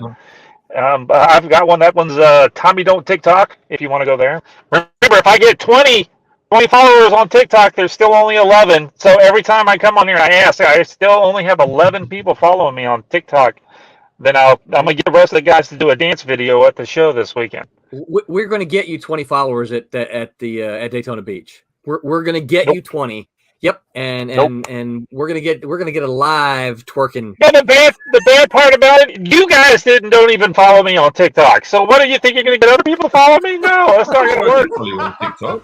I don't even have a TikTok. Yeah, I think you do. I think Peter is following me. Oh, I thought I was. I thought I was. I know. I got on there the other day, and I'm like, "Hey, wait, what's this? I have TikTok on my phone. I have TikTok on my phone because BJ put it there. She put it there, so you can check out all the cool stuff. She makes us a bunch of good videos on it. She does, yes, yeah. And I came across something today. I'm like, "Ooh, I need to get this artwork to her so she can make another one." So yeah, let me make sure that That volume's not up. It just started to play here, I think. All right. So even though I was really busy today, I did have on my Silverline shirt. Is it backwards or is it facing the right? You never get these stupid phones to work right. No, right it's good. Right. We see it fine. Yeah. Cool. Yeah.